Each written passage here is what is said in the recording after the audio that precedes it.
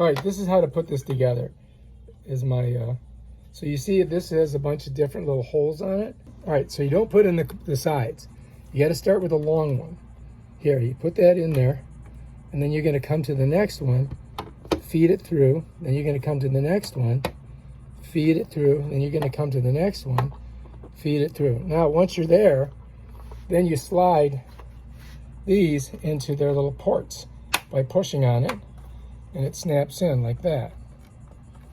Let me show you on this side. Same thing. You got to slide it down a little bit, and then bam. And now we're ready to go. Look, done. All right, now here I got to loosen it up because it's a little tight.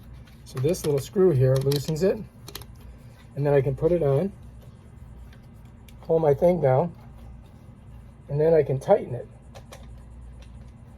so it's tighter on my face. So how's that look? Not bad, huh? All right, cool. I think I figured it out.